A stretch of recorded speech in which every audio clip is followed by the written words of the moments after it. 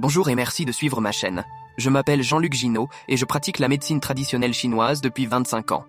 Ma passion est de rendre les richesses de la médecine chinoise faciles à comprendre et accessibles à tous.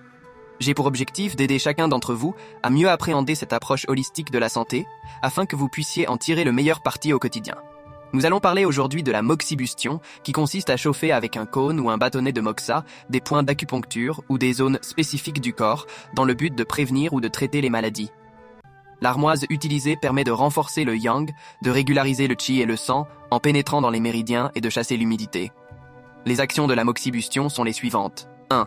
Réchauffer les méridiens et disperser le froid. La moxibustion est particulièrement efficace dans l'élimination du froid et de l'humidité qui peuvent s'accumuler dans le corps.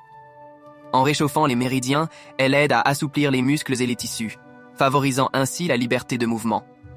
Cette action est cruciale pour traiter des douleurs articulaires et musculaires dues à des conditions climatiques froides ou à des toxines internes. 2. Diriger la libre circulation du qi et du sang.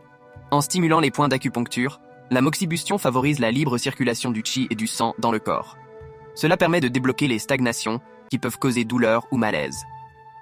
Une circulation harmonieuse améliore également l'apport en nutriments et en oxygène aux tissus, favorisant la guérison et le bien-être général. 3. Renforcer le yang et remédier au collapsus.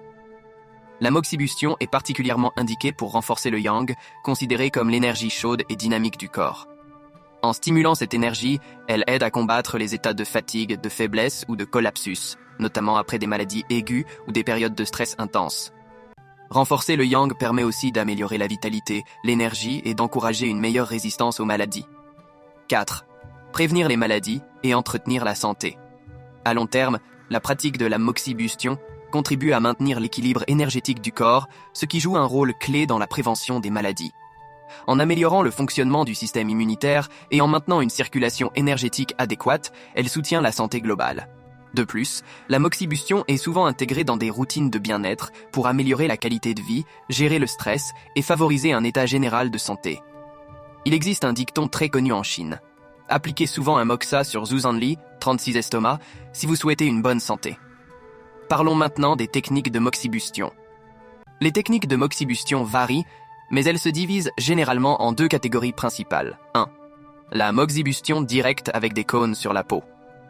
Des cônes de moxa sont placés directement sur des points précis du corps, brûlés jusqu'à ce qu'ils s'éteignent, ou soit soient retirés pour éviter les brûlures. Il existe aussi une technique moins courante où des cônes sont laissés brûler jusqu'à causer une légère cicatrice. 2. La moxibustion indirecte. Sur aiguille.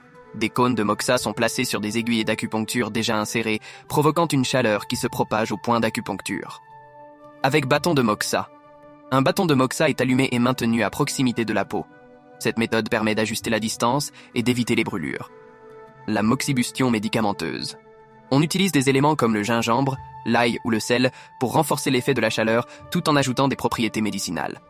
Les techniques choisies dépendent des besoins spécifiques du patient et des préférences du praticien. Pour une pratique sécurisée et efficace, il est conseillé de consulter un professionnel qualifié en médecine traditionnelle chinoise.